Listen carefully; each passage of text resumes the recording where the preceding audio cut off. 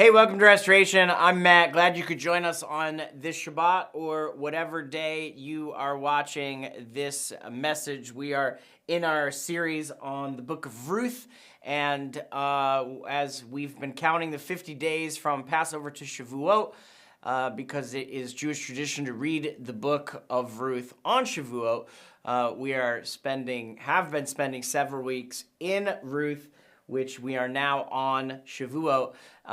And still, we have one more message that we're going to do next week to close out the book following Shavuot. But we've said throughout that Ruth is a story of brokenness and pain and suffering of human beings, and how God redeems the whole world through the ordinary and mundane details of their lives. And God is still working through hurting, broken, selfish, manipulating people, just like Naomi, Ruth, and Boaz, just like you and me. So the JPS commentary on Ruth says the story traces a journey from Bethlehem and back, a journey from famine to fullness, from futility to fertility. So in chapter 1, we had the tragedy and death, which was followed by the chesed of Ruth. And now in chapter 4, as we come to the end of the book, we have Boaz's act of chesed that leads to the family's restoration. So in chapter 4, God's blessings are not attributed to the character of Ruth and Boaz. No, blessing is from God. You are not the source of blessing. Your best self or your worst self are not the source of blessing. That's why today's message, part 5 in the series on Ruth, is called God is the Source of Blessing. And whether you are physically a descendant of the Jewish people like Boaz, or you are from another nation, the Gentiles, and are grafted into the people of God like Ruth. Blessing doesn't come because you do or do not deserve it. Blessing is available to anyone from every nation that surrenders to the God of Israel and acknowledges that all blessing comes from him. There is nothing that can keep you from the chesed of God. So you remember from last week where Ruth said to Boaz in chapter 3 and verse 9, she said, "Spread the corner of your garment over your handmaid, for you are a Goel." It is why the scriptures, all through the scriptures, this same term Goel is used for God, just like Boaz. And a Goel is a redeemer or a kinsman redeemer, it says in some translations. The word appears in the 4 chapters of Ruth 21 times. And all throughout the Bible, God is called a Goel. He is the redeemer of Israel. So God commanded Israel to be like him and care for our brothers. You will redeem each other when you are able, as I redeem you as a people. So yes, Boaz is a Goel, but in this story, he is not the Goel. There's a closer relative who has the rights to the land of Elimelech first. And as Boaz promised Ruth in the field, he would handle this in the morning. So he goes home and he comes back to the city gate of Bethlehem. Chapter 4 and verse 1, it says, "Meanwhile, Boaz had gone up to the gate and sat down there." In the ancient world, the city gate was where business was done. And the primary reason for gates of ancient cities were protection. You can see these are the city of Gezer, which is, and the ruins of the city gate, or this diagram of city gates and how they worked. Like Gezer, Bethlehem would have been smaller because it was a smaller city, and so its gate is probably smaller than this. But within the gates were rooms that were guard rooms, and those rooms were used for another purpose as well. They were gathering places for town business. And as Boaz, a man of honor and respected by the people, sits down, it is recognized as an official act. It's an important meeting. A deal needs to be done. A legal issue has come up, and the elders of the town have to be witnesses to the deal in the city gate. It's how things are done in the ancient Near East. So he sits down, he says, this will be the best deal of all deals. Just kidding. As Boaz sat down at the city gate for business, it says, all of the sudden, the Goel, whom Boaz had passed by, who Boaz was speaking of, passed by. And you remember all of the sudden, just like in the book when it says, and it just so happened that what seems like chance is actually the hand of God directing steps. And all through the book, what seems like chance is an acknowledgement of God's plans in the background. I mean, there's so many questions at this point in the story. If you're reading this little short story, will this closer relative redeem the land? What about Ruth's marriage proposal on the threshing floor? I mean, Boaz accepted her proposal, but who will redeem the land that belongs to Elimelech? And what will happen to Ruth and Naomi? And so Boaz says to the man, he says, come over. He called and sit down, my friend. So he came over and sat down. The Hebrew for what is translated here as my friend is rhyming words. It's Poloni Almoni. Poloni Almoni, the rhyming words in Hebrew would actually be translated as so-and-so, or like that guy, or hey you, or Joe Schmo, or my friend. It's like his name doesn't matter because he's not going to do what he's supposed to do. And so his name does not get to be remembered, good or bad. He doesn't matter in the story except as a foil for Boaz. And he's never mentioned except as so-and-so, Poloni Almoni, or the Goel. So in verse 2, it says that Boaz took the town elders and he said, sit down. And so they sat down. Then he said to the Goel, Naomi, who has returned from the region of Moab, is selling the parcel of land that belongs to our brother Elimelech. And I thought I should inform you. Buy it in the presence of the people sitting here and in the presence of the elders of my people. If you want to redeem it, redeem it. But if it will not be redeemed, then tell me so that I can know, because there's no one else in line to redeem it. I am after you. And he says, I will redeem the land. So there's a lot of things going on here. Boaz gathers the elders, the 10 men. There's a total of 12 men sitting in the city gate. So the 12 men gather to sort out the legal issue of the redemption of Elimelech's land. He's dead. His relatives, the members of his clan, have to make sure that the land stays within the clan. You see it over and over again in these verses. Redeem, redeem, redeemed, redeem, redeem. It's all about the redemption of the land within the clan of the tribe of Judah. And the importance of the land and the inheritance. Go back to the Torah in Leviticus chapter 25 and verse 23. Leviticus says, the land is not to be sold permanently because the land is mine. You are sojourners with me. For any land you possess, you are to provide for redemption of the land. So the promised land, the land that God promised to Abraham, it's not ours. The land actually belongs to God. We are sojourners. The word in Hebrew is ger. We are sojourners in the land. And ger means temporary dweller or newcomer with no inherited rights. It's actually the same word, one of the words that's used for Gentiles, sometimes translated outsiders. Ger is one of the words that is used for the people outside of the nation of Israel. But here, God is using the word for the Jewish people because we are renters. The land is his. He lets us live there as sojourners, as gers. And for that reason, the land cannot be sold permanently. The promised land was divided up into an inheritance for the 12 tribes of Israel. And Bethlehem is part of the inheritance of the tribe of Judah. And Elimelech is from the tribe of Judah and is one of the clans of the tribe of Judah. And so he has an allotment of land as a member of a clan within the larger tribe of Judah. And as we know full well, Elimelech's dead. He had 2 sons who died without sons. So what happens to his land? A Goel must redeem it. They have to buy it back and keep it within the clan.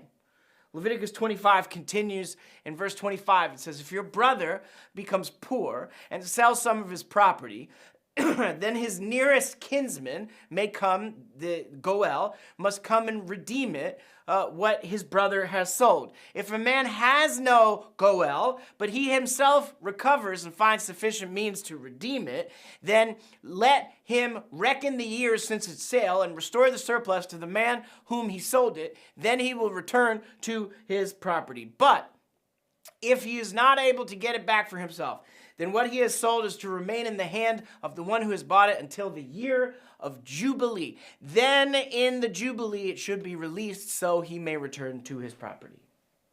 So every 50 years, just like the 50 days we just counted, it's actually 49 plus 1 because it's division of sevens. Every 50 years, 49 plus 1, the year is the year of Jubilee. And in the year of Jubilee, the land that we redeem is returned to the family that inherited the land first, no matter the circumstance. A Goel holds the land so that it doesn't leave the clan or the larger tribe.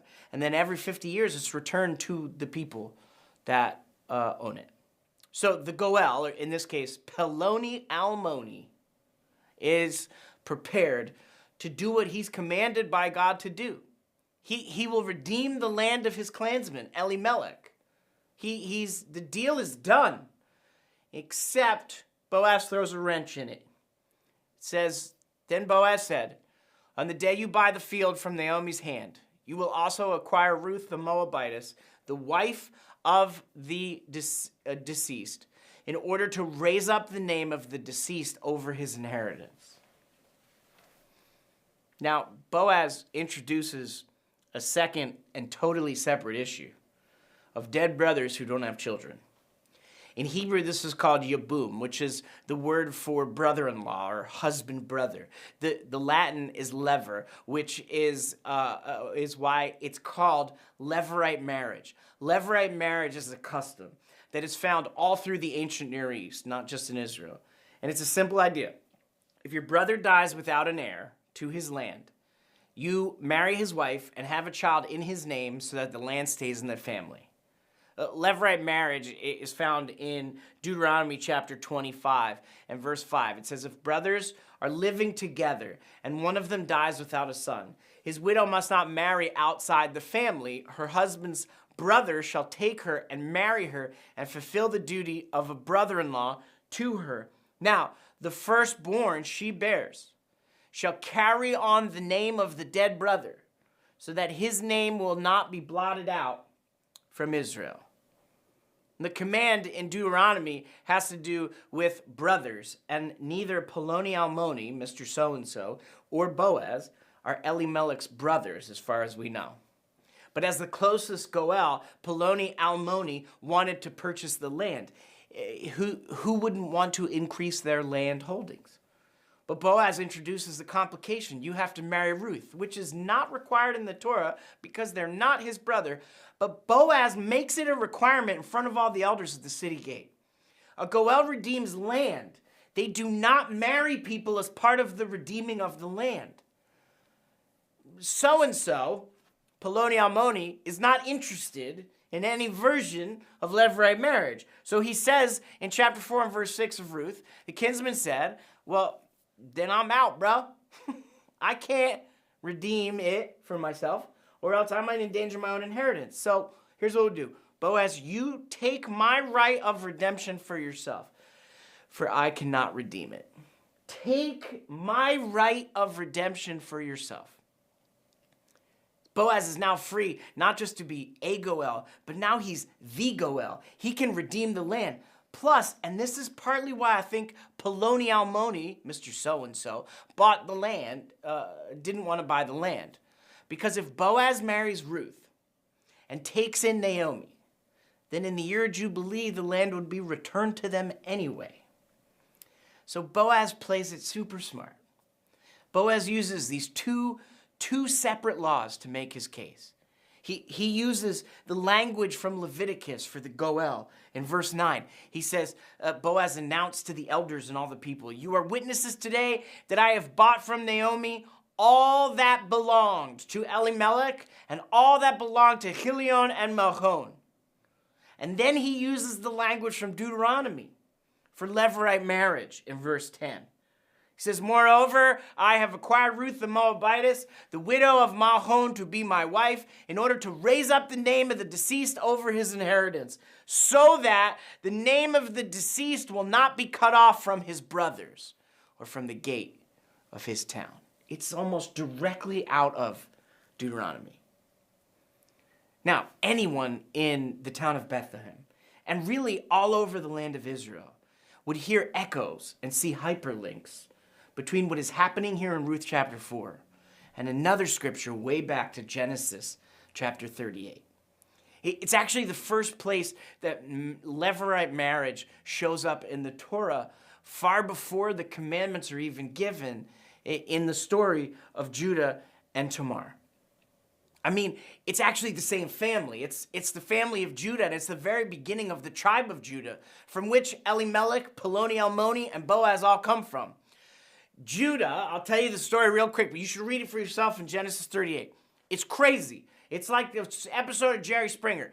Judah, who's also Jewish, Judah, after selling his brother Joseph into slavery, marries a Canaanite, which is one of the people we're commanded not to marry. And then he has 3 sons. And then he finds a Canaanite wife, also bad again, for his oldest son. But the Lord puts his oldest son to death. We don't know why. His second son has sex with Tamar, but pulls out and spills his seed on the ground. So God kills him too. So right off the bat, you have 2 sons that are dead, just like in the beginning of Ruth. But Judah has one more son, Shelah, but he's too young for marriage. So Judah promises Tamar the Canaanite that when Shelah is of age, he will marry her and have a child in the name of his brothers. But it seems that Judah thought Tamar was cursed and didn't want Shelah to be killed by God. And he had really no intention of keeping his promises. So Tamar returns to her father's house, much like Ruth is encouraged to go back to her mother's house, but clings to Naomi instead. And years pass, like a lot of years, almost 22. And Tamar has remained in her widow clothes, just like Ruth, and then changes out of her widow clothes, just like Ruth when she puts on the cloak in the threshing floor. She deceives her father-in-law into having sex with her, just like Lot and his daughters that create Moab. And she got pregnant. But her face was covered, and Judah didn't know it was his daughter-in-law. And when she's found pregnant, she's brought back to the city gate, just like Boaz brings the case to his city gate, and she's found innocent. Because it becomes clear that Judah is the one that got her pregnant, and then they have twins, and Perez becomes the descendant of Elimelech, Peloni, Almoni, and Boaz.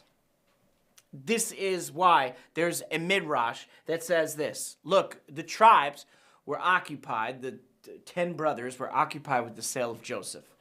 Joseph was occupied with taking a wife. Judah was occupied with taking a wife. And the Holy One, blessed be he was occupied in creating the light of King Mashiach. So we go back to Ruth, where Boaz ends his speech with the words in chapter 4 and verse 10. He says to all the elders and the people, you are witnesses today. And watch how the people at the gate respond to Boaz as he promises to carry on the name of Mahlon by marrying the Moabite widow, levirate marriage, and redeeming Elimelech's land, now as the Goel. And it says that all the people responded at the gate, and the elders said, we are witnesses. Now, in biblical Hebrew, there's no word for yes. So the people affirm the union and legal decision by saying, we are witnesses. We saw it, we affirm it, and we affirm that this has happened. And now there's more people that are gathering because everybody wants to see the commotion at the city gate and what's it's about. Jerry. So the people bless Ruth and Boaz. And there are 3 parts to the blessing. There's a blessing for Ruth, a blessing for Boaz, and a blessing for Boaz's house or his future family. The blessing for Ruth starts in verse 11 when it says, may Adonai make the woman who has come into your house like Rachel and Leah, who both built up the house of Israel. May the woman, Ruth, who has come into your house as a foreigner, the Moabite, to be like Rachel, who was barren and then fertile, and Leah, who is Judah's mother, 2 sisters who were married to the same man, which later is against Torah, and who are daughters of an idolater named Laban, which is also against Torah.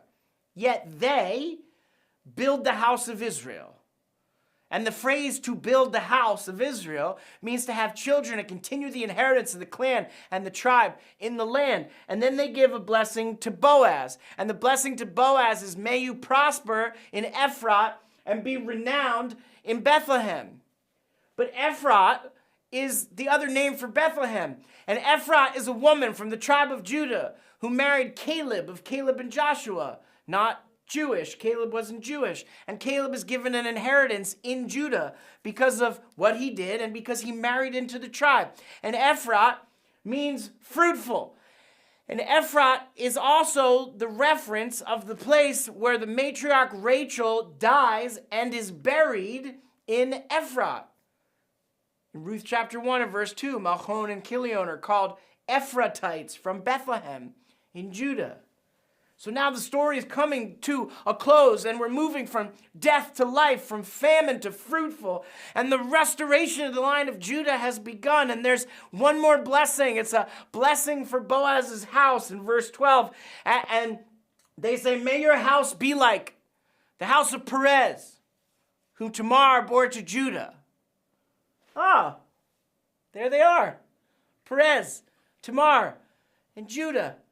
And then the blessing continues in the form of a prophecy that through the seed that Adonai will give you by this young woman. Wait, so are they saying they're going to have a baby? The barren Moabite and the old Ephratite? Yes. And the emphasis here is on the word seed, because the seed that was spilled by Judah's son. The seed that Judah inadvertently gave to Tamar. The seed of promise that goes back to Isaac, the son of Abraham. The seed of the woman in Genesis chapter 3 and verse 15. The seed that will produce Israel's greatest king, David, and the Messiah, Yeshua, who comes through the seed of the Holy Spirit. The Zohar says it like this. It says there were 2 women from whom were built the seed of Judah, and from whom descended King David, King Solomon, and King Mashiach. Tamar and Ruth both acted properly in order to do good with the dead. Both acted properly, more properly than the Israelites they had babies with. Both do what they're supposed to do, and both go above and beyond what they should do in chesed, which is undeserved, loyal love. There's this principle, it's a rabbinic principle, and it's called from lesser to greater. And the principle can also be expressed in this phrase, which I love, which is how much greater. And it works like this.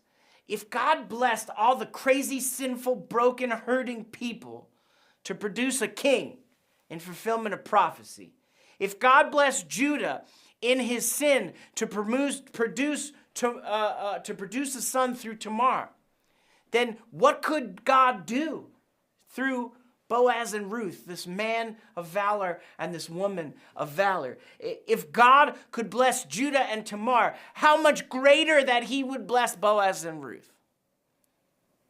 Look, there's no higher honor in the Bible than being associated with the patriarchs and the matriarchs. And Ruth the Moabite is not just compared to them. She becomes one of them. There is no King David, and there is no Messiah Yeshua without Ruth the Moabite. And at the same time, the witnesses, and I love this because the witnesses do not attribute the blessing to the great character of Boaz and Ruth. No, it's more like, if God blessed them, then why not you? Friends, blessing is from God. You are not the source of blessing. Your best self or your worst self are not the source of blessing. God.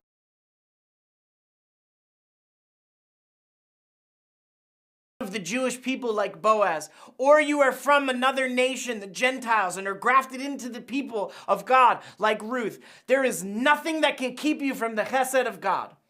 It is why all through scriptures, God is called our Goel, our Redeemer. Blessing doesn't come because you do or don't deserve it. Blessing is available to everyone from any nation that surrenders to God, to the God of Israel, and acknowledges that blessing comes from him.